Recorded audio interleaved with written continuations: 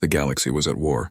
Stars that once shone peacefully were now filled with fleets of warships, smoke, and fire. For centuries, the Xiran Empire had ruled over weaker races with iron claws. Their queen was feared across the stars, tall, armored, her eyes burning like molten silver. To many species, she was not only a ruler but a symbol of unstoppable power. But then came humanity. Compared to the Xirans and their ancient rivals, humans were new to the stars. They had only discovered faster-than-light travel a few generations ago. Their fleets were smaller, their weapons less advanced, and their colonies fewer. Most alien civilizations expected them to collapse quickly under the pressure of the Empire. Yet to everyone's shock, humanity refused to bow down. Human soldiers fought in ways the galaxy had never seen. They were reckless yet clever, always finding strange, unpredictable solutions. Where other armies followed rigid rules, humans improvised.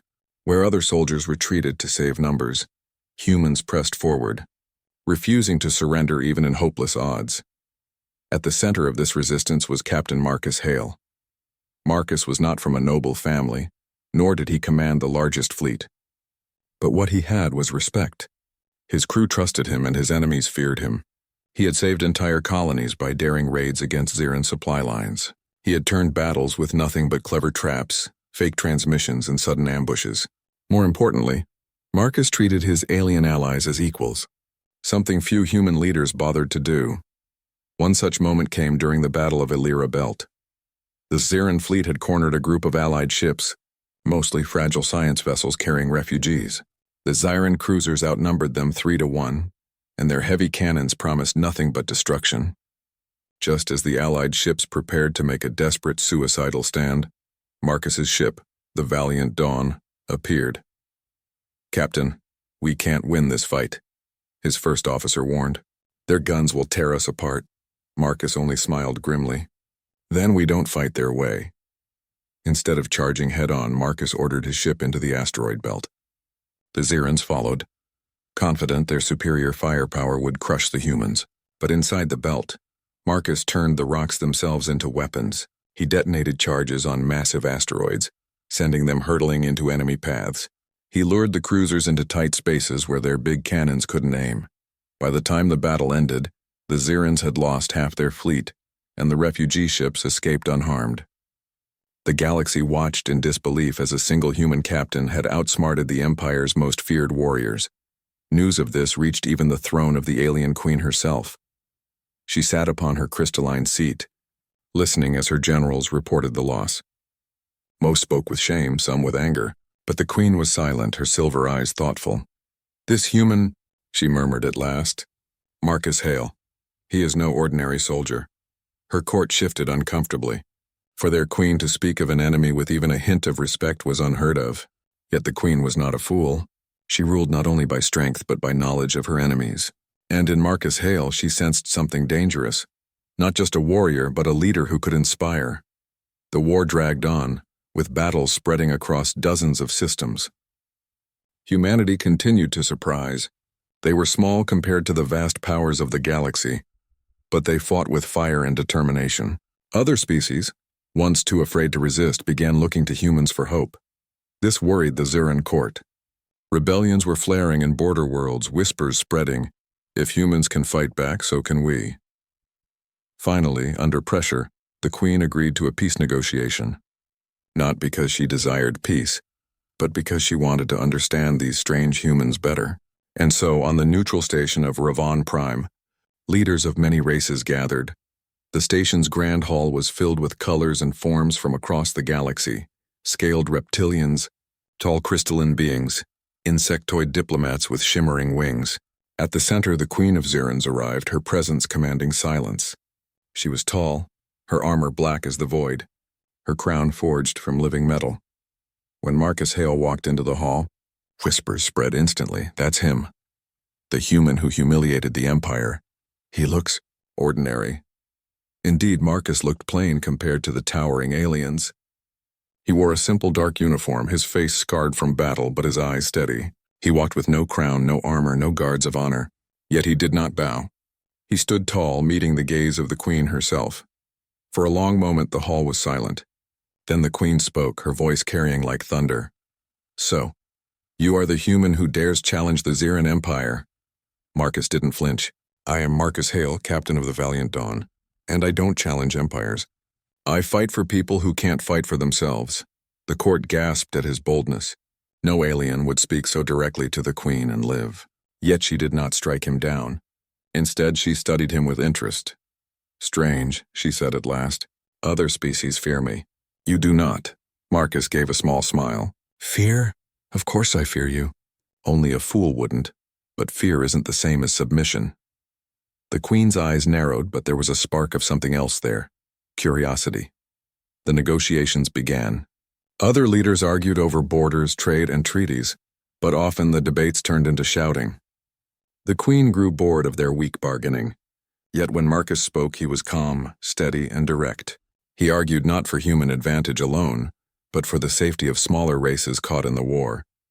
He spoke of rebuilding, of protecting the innocent, of creating something stronger than fear.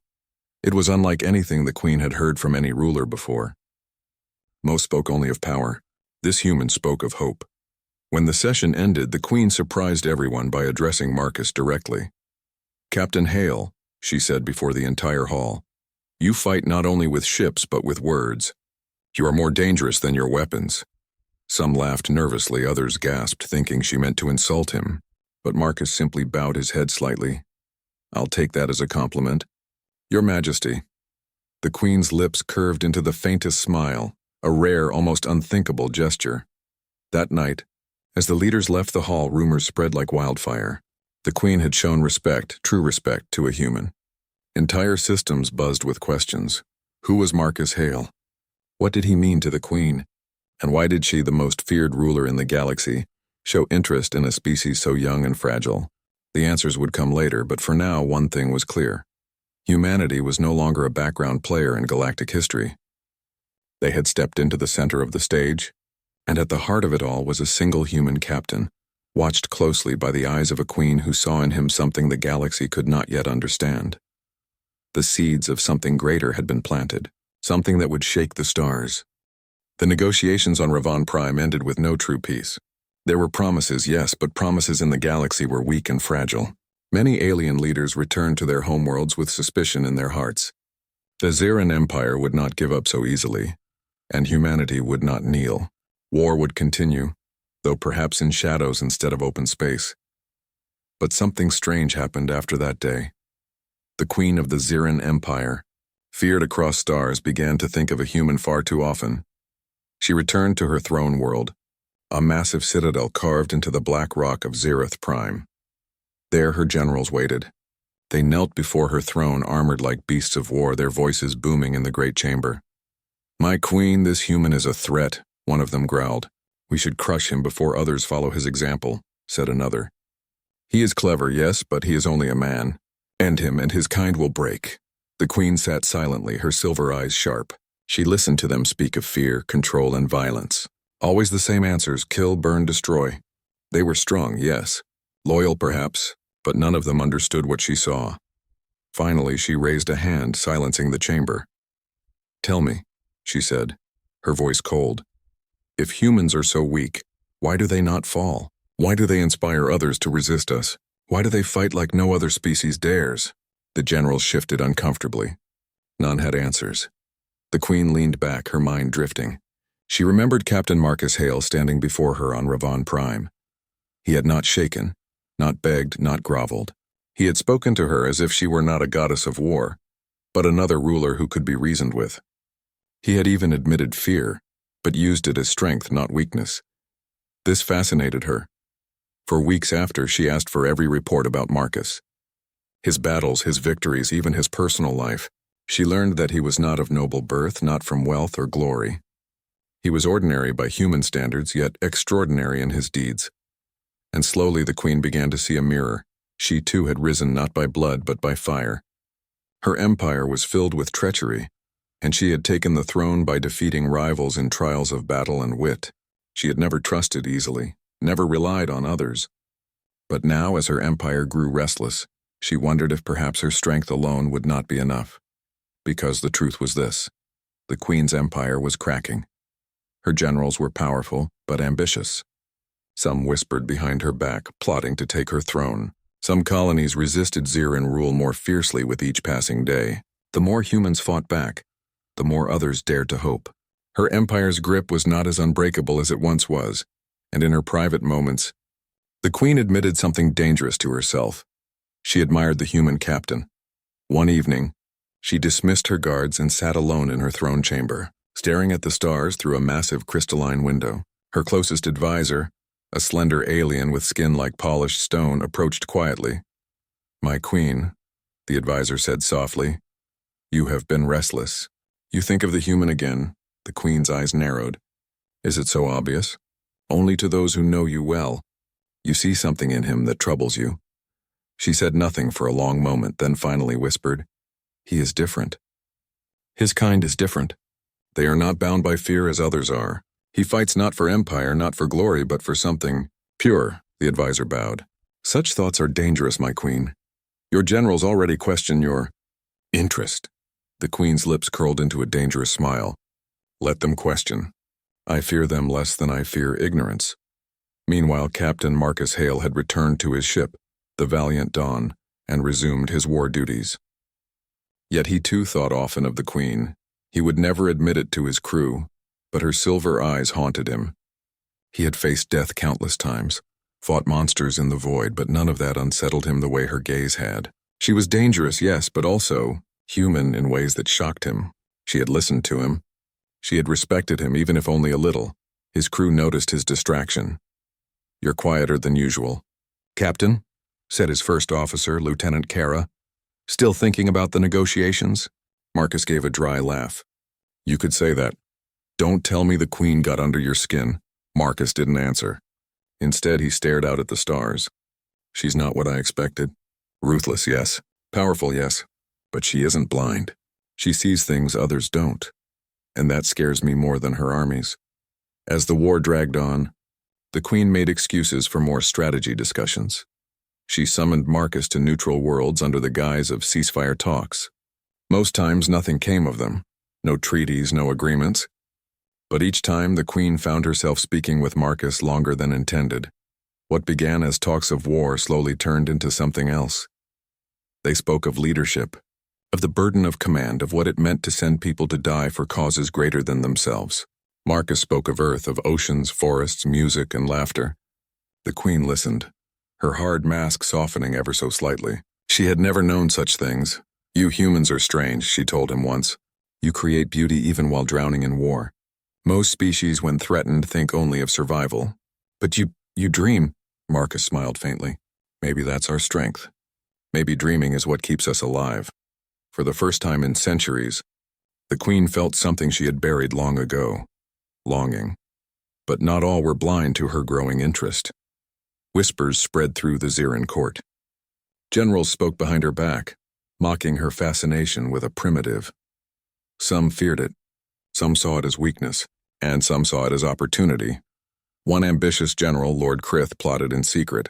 He told others, "The queen has grown soft. She admires the human too much.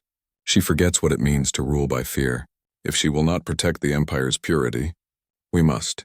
Rebellion seeds began to grow in the shadows of her empire. On the other side, human leaders also noticed.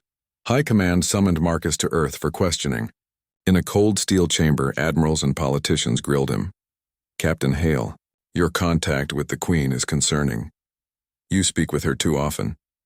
She is the enemy, and yet she seems to favor you." Marcus sat straight, his voice firm. "I don't serve her. I serve humanity. But if speaking with her gives us insight, if it saves lives, I'll do it." One admiral narrowed his eyes. "Be careful, Captain. She is not your ally. Do not forget who she is." Marcus left the chamber with a heavy heart. He knew they were right, yet he could not shake the feeling that there was more to the Queen than just the enemy. The tension grew with every meeting. The galaxy buzzed with rumors. The most feared queen in the stars was speaking privately, often with a human captain. Some saw it as scandal. Others saw it as a strange new hope. And in her private chambers, the queen admitted the truth only to herself. "I respect him. I trust him. And perhaps, I want more than trust." She sat alone, whispering words no one could hear. What madness is this? A queen of Zirans, thinking of a human not as prey? not as a rival, but as something more. Her silver eyes closed. She felt something she had not felt in centuries of conquest. Not fear, not ambition, but longing, an unfamiliar, dangerous longing that could change everything. The galaxy was a storm of fear and whispers. Rumors had spread too far, too fast. The Queen of the Ziran Empire had met privately with the human captain more times than anyone could count. Every species wondered the same thing. Why him? Why a human? Some called it strategy, some called it weakness, and some feared it meant something much, much deeper. But before answers could be found, the galaxy was thrown into chaos again. The summit of Valara Prime. Valara Prime was chosen as the next meeting ground for peace. It was a planet famous for its endless white marble towers, shining under a pale blue sky. Here leaders of many civilizations gathered once more, hoping to end the war before it consumed everything. Marcus Hale arrived with a small escort. His ship, the Valiant Dawn, had taken heavy damage in recent battles, and he carried the weight of many lives lost. But when he stepped onto the marble halls of Valara, his posture was strong, his eyes sharp. He knew the Queen would be there, and she came. The alien Queen entered with her usual storm of presence. Tall, armored in black and silver, her crown gleaming with living metal, she walked like someone who owned the stars themselves. Her generals followed behind her, their claws scraping the floor, but none could match her aura. The hall fell silent as her gaze locked on Marcus. For a moment it felt as if the entire summit disappeared, and only they existed. "Captain Hale," she said, her voice like thunder wrapped in silk. "Your Majesty," Marcus replied calmly, though inside he felt the weight of her silver eyes pressing on him. The summit began. Words of peace filled the air, but peace was fragile. Leaders argued over territory, borders, reparations. Old wounds opened quickly. Voices rose, threats flew, and the room grew heated. Marcus spoke for humanity, steady and firm, but he could see it was failing. The Queen watched the chaos with thinly veiled disgust. Her generals whispered in her ears, urging war, and yet she kept glancing at Marcus as if waiting for something only he could say. But before any agreement could be reached, the attack came. The assassins, it happened in a flash. Shadows dropped from the ceilings, cloaked figures rushing forward with blades of energy. Explosions rocked the hall as hidden charges detonated. The summit fell into chaos. The attackers were Ziran rebels, traitors from within the Queen's own empire. They had grown tired of her leadership and furious at her strange interest in a human. Their goal was simple: kill the Queen in front of the galaxy and frame humanity for it. "Protect the Queen," shouted her guards, but they were too slow. One assassin leapt forward, blade aimed for her throat. Marcus moved without thinking. He threw himself in front of her, his own body shielding hers. The blade slashed across his side, blood blooming across his uniform. But he did not fall. He grabbed the assassin's arm, twisted, and slammed him to the ground. The Queen stared in shock. No one, not even her most loyal generals, had ever thrown themselves in front of her like that. "Captain," she began, but another explosion cut her words short. Marcus gritted his teeth, pulling a blaster from the fallen assassin. "Stay behind me," he shouted, though the words sounded absurd, telling the most feared queen in the galaxy to take cover. Yet she did. Together, they fought side by side. Marcus's aim was sharp, his movements quick despite his wound. The Queen unleashed her own fury, her silver eyes glowing as energy blades extended from her gauntlets. She moved like lightning, cutting down assassins with terrifying grace. For a brief moment, human and alien Queen stood shoulder to shoulder, defending each other in the storm of betrayal. When the smoke cleared, the assassins lay defeated. Some dead, some captured. The summit hall was shattered, its marble burned black. Leaders of other species stared wide-eyed, whispers already spreading like fire. And in the center of it all, Marcus Hale stood bleeding, his uniform torn, still standing tall beside the Queen. The moment that changed everything. Guards rushed forward. Medics shouted. Generals demanded answers. But the Queen ignored them all. She turned to Marcus, her silver eyes blazing with something no one had ever seen before. "You," she said softly, almost in disbelief. "You risked your life for me." Marcus, pale from blood loss, managed a weak smile. Couldn't let them win. Something broke inside the Queen then. Something she had held locked away for centuries. For once, she did not care about her image, her power, or her throne. She cared only about the man standing in front of her. And before the entire galaxy, she spoke the words that would shake history forever. I wish you were my husband. Human. The hall froze. The silence was so deep, it felt like the stars themselves had stopped burning. Every leader, every soldier, every spy in the room turned to stare. Generals of the Ziran Empire went pale with shock. Human diplomats nearly choked on their own breath. Whispers exploded into screams. What did she say? The Queen confessed. To a human? This is madness! Marcus himself was stunned. He blinked, unsure if the blood loss was making him hallucinate. You're... what? He stammered, but the Queen did not repeat herself. She stood tall, her gaze unshaken, her silver eyes daring anyone to challenge her words. I have ruled for centuries, she declared to the hall. I have crushed empires and bent kings to their knees. Yet none have earned my respect as this human has. None have fought with such courage, such loyalty, such fire. He is everything my empire lacks. He is what She stopped, her voice heavy. He is what I wish beside me. The room exploded in chaos. Ziran generals shouted in fury, some drawing weapons before guards restrained them. Human leaders panicked, fearing political disaster. Other alien rulers exchanged looks of disbelief, and Marcus simply stood there, stunned, his wound aching, his heart racing. He had faced death 100 times, but never had he faced something like this. The fallout. The confession spread across the galaxy within hours. Every news channel, every data feed, every whisper in the underworld carried the words, "The Queen wishes to marry a human." Some laughed, calling it scandal. Others raged, calling it betrayal. And some secretly wondered if it meant a new kind of future, but for the Queen there was no turning back. In her private chambers, her generals confronted her. "My Queen, this is madness," shouted Lord Krith, his claws scraping the floor. "The Empire will never accept a human as your consort." The Queen rose from her throne, her silver eyes burning. "Then the Empire will learn. I will not deny what I said.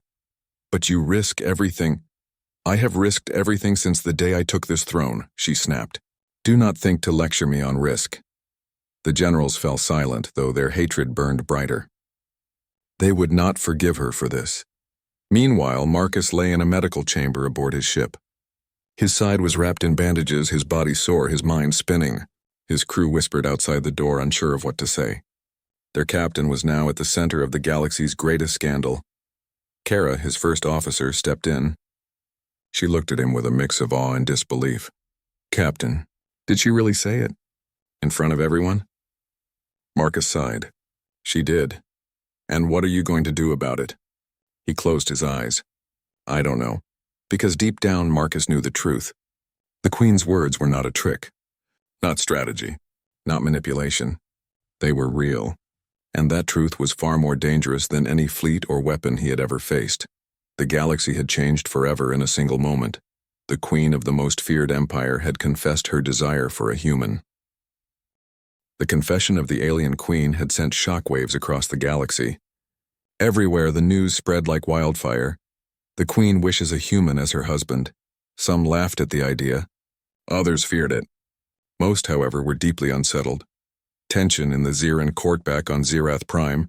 The Queen's throne chamber was filled with murmurs, anger, and fear. Her generals and advisors had gathered again. Lord Krith, the ambitious general who had long sought to control the empire, was the loudest. "My Queen," he snarled, "this human, this primitive, he cannot stand beside you. Do you not see the risk? The empire will fracture." The Queen's silver eyes glowed like molten metal. "I see clearly, Lord Krith, more clearly than you. He is not just a human. He is a leader, a warrior, and someone who inspires loyalty where others fail." Krith slammed a claw on the floor. "He is not of our kind. The empire will turn against you. You are risking everything for a human." "And yet," she said quietly, "I will not deny what is true." Her words shocked even her closest generals. The Ziran Empire was built on fear, power, and obedience. For their queen to respect, let alone desire, a human was unprecedented. Many whispered that she had grown weak. Some already began plotting. Marcus faces pressure. Meanwhile, Marcus Hale returned to human space, but his own leaders were less forgiving than the galaxy. High Command summoned him to Earth's Central Command Station. Cold, sterile halls echoed with their voices as top officers and politicians confronted him. "Captain Hale, said Admiral Kor, his tone sharp. "You have endangered humanity. The Queen is the enemy. Your relationship with her is unacceptable." Marcus stood straight, though fatigue weighed on him. "I serve humanity," he said. "But this is not about love or politics. She respects what humans stand for. We can learn from it and we can save lives." Another officer leaned forward. "Learn? Captain, do you realize what this looks like to the rest of the galaxy? Every species sees humans as influential now. Some will fear us. Some will hate us. Some will try to destroy us before we become too powerful." Marcus's jaw tightened. "Then we prepare as we always do. And we trust our instincts." Even his crew, loyal and brave, sensed the tension. Marcus's choices were no longer just military. They were political. Personal and dangerous alien reactions across the galaxy. Reactions were varied and intense. Some species, like the Trellians, laughed at the idea. "A human with the Queen of Zirans?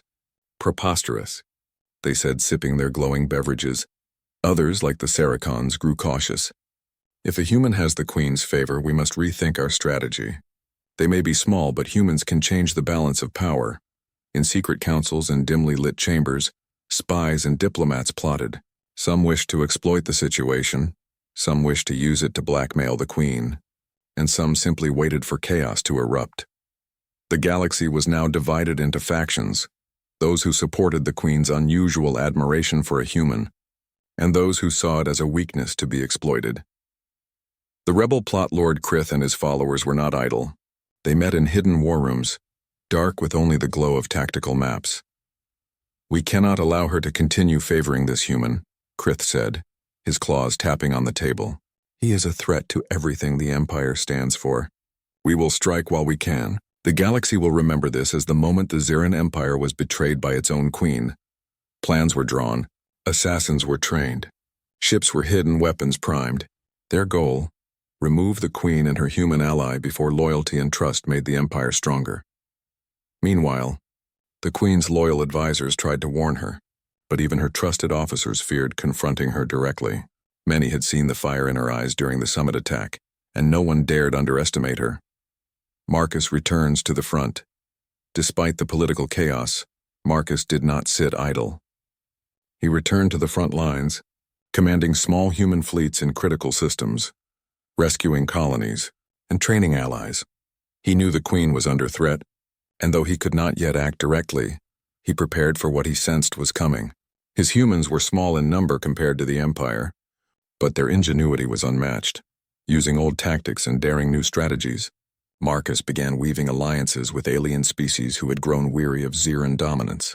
Diplomats whispered his name with a mixture of fear and hope. Marcus Hale, the human who stood beside the Queen. Secret meetings. The Queen, meanwhile, continued her private conversations with Marcus. Each time they met, they spoke not of war or politics, but of leadership, morality, and what it meant to guide an empire. "You humans are unlike anything I have seen," the Queen said one night alone in her chambers. Her voice was softer than anyone had ever heard it. "You fight with courage, yes, but you also inspire hope. That is something I have not seen in centuries." Marcus nodded. "Hope is what keeps us alive. Even when we are weak, we fight because we believe in something better." The Queen's silver eyes studied him closely. "And I find myself wishing for that strength beside me in ways I cannot explain, even if the galaxy disapproves." Marcus swallowed. "Your Majesty, He stopped, unsure if speaking further would be wise. Words between human and Queen had already caused enough shockwaves. She simply nodded. "I understand. And yet it is enough that you know." Preparing for conflict, Lord Krith and the rebels were moving closer to action. Rumors of assassination attempts, sabotage, and rebellion spread across the Empire. Even Marcus's human intelligence had detected unusual movements near Zirath Prime. Both Marcus and the Queen knew that the fragile peace and their unusual bond were under attack. They could feel it in every whisper, every shadow, every fleet that moved silently across the void. The Queen summoned her loyal commanders. "We will not fall," she said. "The Empire has always been strong, but now it must learn loyalty in a new form. Marcus Hale is not just a human. He is a symbol, and symbols can change the course of history." Marcus watched from a hollow screen aboard his ship, ready to move at her command. He had learned that humans alone could survive in battle, But humans with allies united and inspired could change empires. The galaxy watches. The galaxy waited, divided, and tense. Some species began forming alliances with humans, hoping to gain favor or learn from them.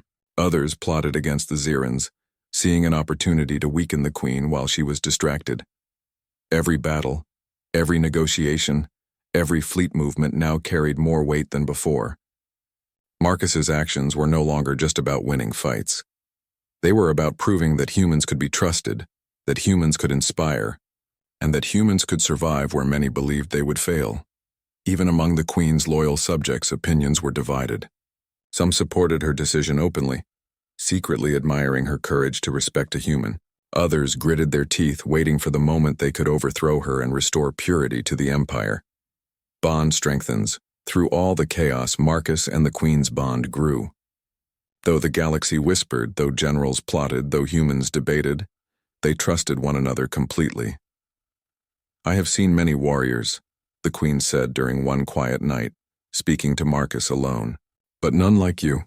You are reckless, brave, clever, and yet I feel I could rely on you with my life." Marcus replied simply, "I already have, Your Majesty, and I will again if needed." Their trust was no longer just personal, it was a symbol to all who watched.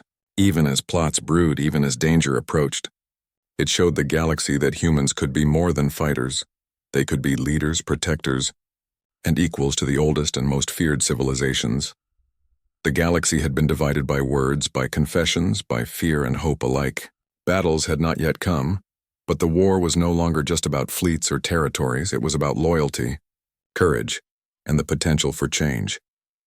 The stage was set for the next confrontation, one that would determine the fate of the Queen, the humans, and the galaxy itself. The galaxy held its breath. The rebellion against the Queen had reached its peak. Lord Krith and his followers had grown bold, gathering a hidden fleet of warships and mercenaries loyal only to themselves. Their goal was clear: remove the Queen, destroy the human captain who had inspired her, and reclaim the Empire's purity. The Queen knew the danger. Marcus knew it too, yet neither wavered. The bond they shared, built on respect, trust, and shared courage, was stronger than fear. The coup begins in the dead of night. The rebel fleet emerged from a hidden system near Zirath Prime. Ships moved silently through the void, cloaked and ready to strike.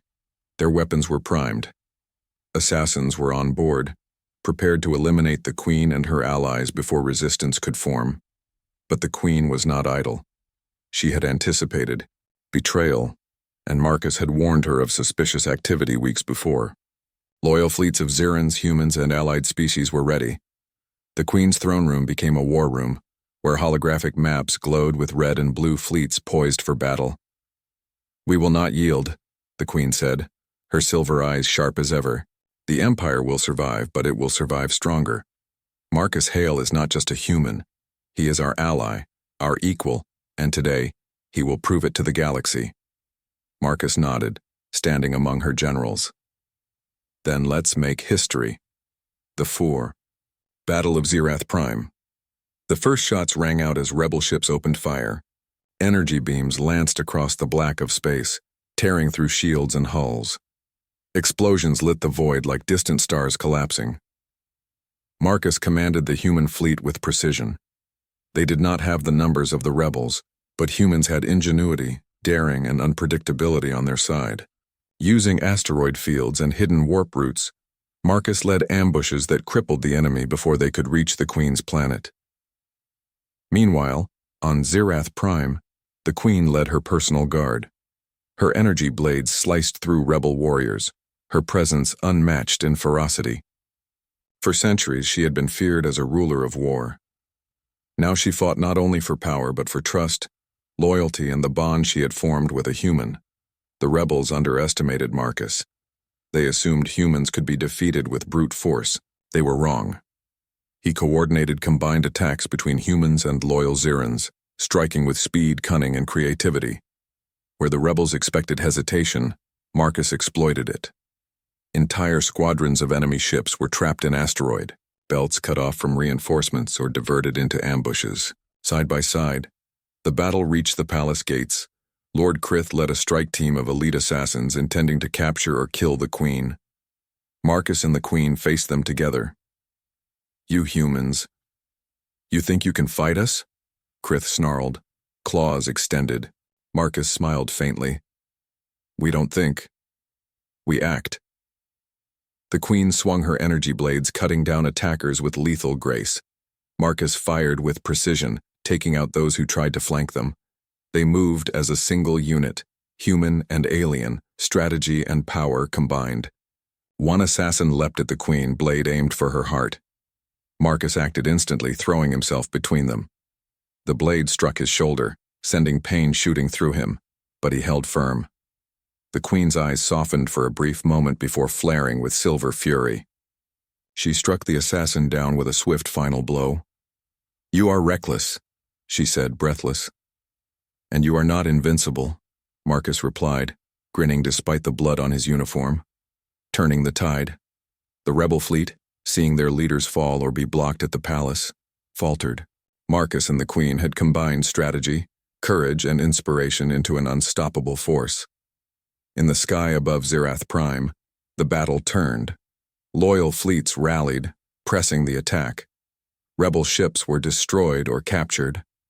On the ground, rebel soldiers surrendered, unwilling to fight against the combined strength of human ingenuity and the Queen's might.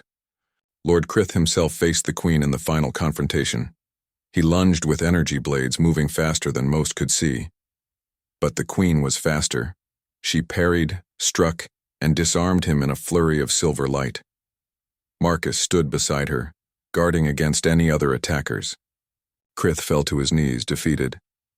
This cannot be," he gasped. "This is what happens," the Queen said, voice steady, "when loyalty and courage triumph over greed and fear." Aftermath, the battle was over. The Queen remained in power, her empire intact but changed. Marcus Hale had proven that humans were not only clever and brave, but capable of inspiring loyalty across species. The galaxy had witnessed the unthinkable, a human standing as an equal to the most feared ruler in history. The political fallout was enormous. Many species had to reconsider their assumptions about humans. Some began to form alliances with them. Some feared them. But no one could ignore them again. Humans had claimed a place in galactic history not by numbers, not by weapons, but by courage, strategy, and heart. A private moment after the battle, the Queen requested a private audience with Marcus. The palace was quiet, corridors empty except for their footsteps. "You fought well," she said, her silver eyes soft now, filled with something deeper than respect. "So did you," Marcus replied. "We did it together." She nodded. "Yes, together. You are extraordinary, Marcus Hale. More than I expected of your kind." He smiled faintly. "You're not so bad yourself, Your Majesty." For the first time, the Queen laughed softly, a sound few had ever heard. "Perhaps there is more to this galaxy than power and fear. Perhaps there is hope. And perhaps," she paused, meeting his eyes, "humans are exactly what the galaxy needs." Marcus felt a weight lift from his shoulders. The galaxy had been saved, and they had proven humans could stand among the stars not as servants or soldiers, but as equals, as leaders and as heroes. A new beginning, the Queen made a bold declaration to her empire. "Let it be known," she said from her throne, "that humanity is no longer a species to be underestimated. They are allies, equals, and examples of courage. Let the galaxy remember that loyalty, courage, and ingenuity are not bound by species. They are universal." The words rippled across systems. Humans celebrated quietly, knowing their lives were forever intertwined with alien history. Some feared backlash from remaining rebels, but they also knew Marcus's leadership had earned humanity respect across the stars. The Queen did not marry Marcus, but that was never truly the point. She had acknowledged humans as equals and in doing so, had reshaped the galaxy. A bond of trust and respect had been forged that could withstand betrayal, war, or any empire's cruelty. Legacy years later, historians would look back on the Battle of Zirath Prime and the rebellion of Lord Krith. They would speak of Marcus Hale, the human who stood beside the alien queen.